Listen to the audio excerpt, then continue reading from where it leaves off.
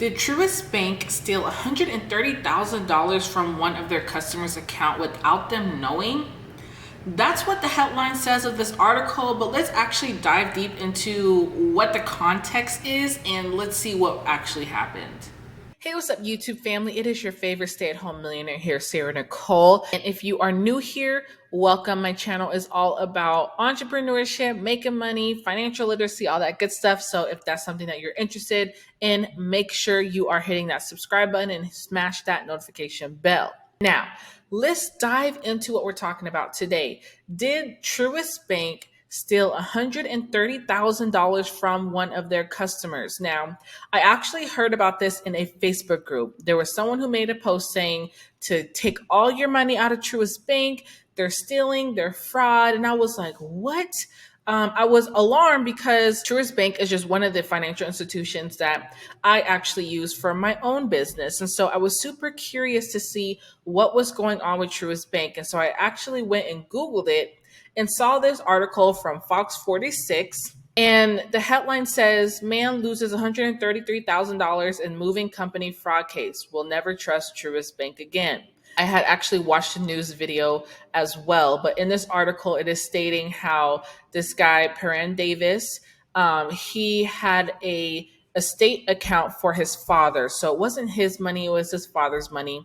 There was about $133,000 in that account. Now, the article states that it started as a SunTrust account, but of course, for those of you who may or may not know, BB&T and SunTrust actually merged and became one bank. Okay, they started doing that in 2019, but it has been officially implemented at the beginning of this year. Like for example, my business account started as a BB&T account and it turned into a Truist account.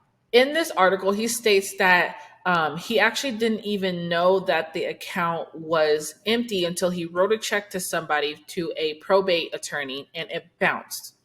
And he was like, there's no way this check could bounce because there should be over $133,000 in the account.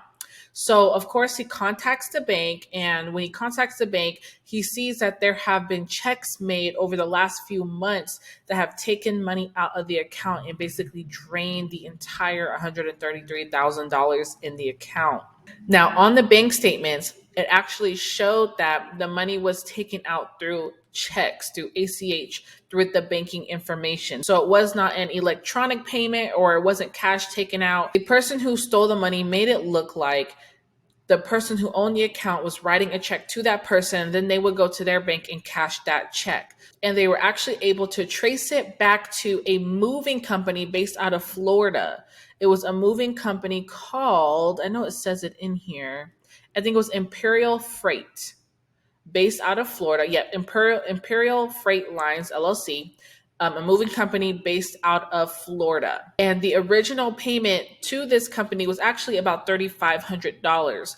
But it came out, and if you go and you can read the entire article, it's pretty long, and there's also a video on here as well. But it basically states that they did the investigation, and it showed that an employee was doing fraudulent activity with not only this customer's account, but other people's account. But that employee basically drained this customer's father's estate account. So all the money was gone. Now, the customer Davis is actually blaming the bank because the bank has not given him back or recovered all of their funds. And so I think it's very important to actually do our own due diligence and do our own research when we hear things like this online. Because like I said, I saw a post in a Facebook group saying to take all your money out of Truist Bank, don't trust Truist Bank, and they're stealing money. But when you actually come to look at the story, you do see that it wasn't necessarily Truist Bank's fault. Now, the guy Davis, who had the money stolen from him, he states that he is blaming the bank because the bank should have had some type of fraud alert. They should have let him know that money was coming out of the account. Now, in defense of the bank, I actually have not seen it to where when it's an actual check, that typically is not going to draw up a fraud alert in the way that it would if it was any electronic payment, right? Because it's usually a little bit harder to steal money from somebody if it is through ACH or if it's through a check or through the actual banking and routing number. I think banks tend to trust that a little bit more because you have to get that information from the owner in order to take the money out of the account, which is why it is so important for us to make sure we are always safeguarding that type of information for our account. But regardless, that is most likely the reason why this customer was not alerted as quickly as what he was hoping, because of the fact that it was not an electronic payment or from a debit card, right? Because debit cards are easy to steal. Debit card numbers are easy to steal, easy to copy, but this was coming directly out of the account.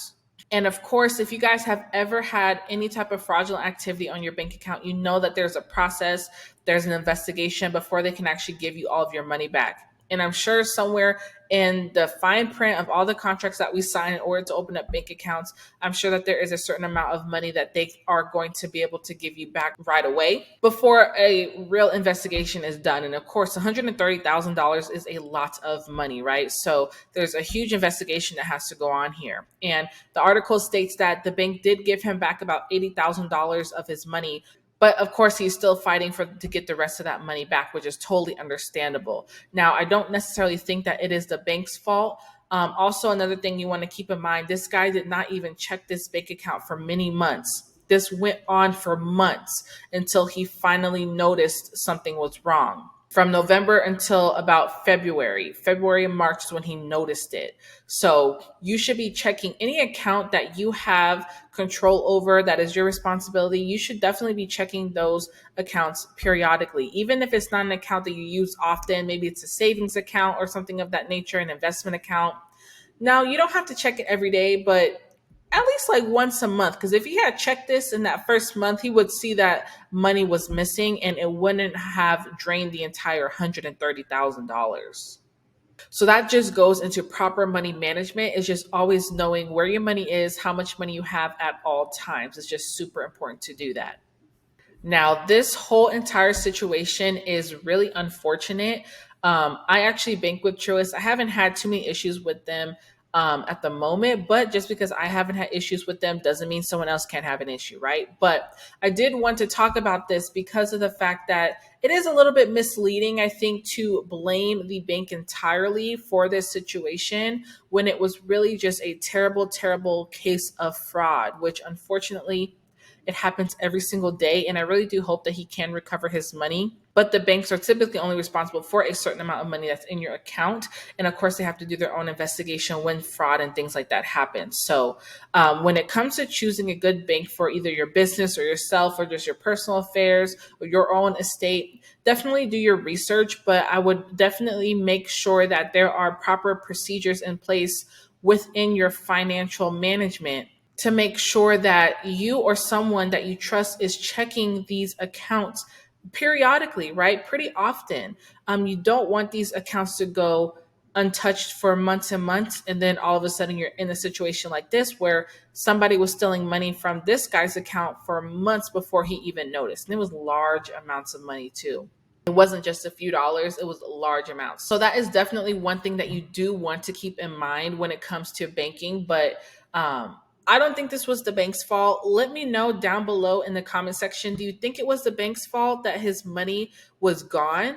Or is it just the fault of the moving company not doing a really good background check? Because they said the employee that stole the money had prior offenses and he was actually investigated by the Secret Service. Crazy. So is it the moving company's fault or is it the bank's fault that his money is gone? Let me know down below in the comment section. I'm super curious what you guys think. But again, this is super unfortunate. If you guys want to read up more about in detail what happened with the situation, I'll make sure I drop the link to this article in the description box. But yeah, this is crazy. I know that in the article, Davis, he stated that he has to actually go before the probate court and tell them about this situation and where the money is. And I'm sure that's not going to go over well. So that's super unfortunate. And I really feel bad for the guy, honestly. But yeah, like I said, let me know what you guys think down below in the comment section. And that's really all that we have for today's video. Go ahead and hit that subscribe button if you are an entrepreneur or if you're someone who just likes to learn and talk about making money, financial literacy, all that good stuff. Okay. So again, this is your favorite stay-at-home millionaire here, Sierra Nicole, and I'm going to catch you on the next video.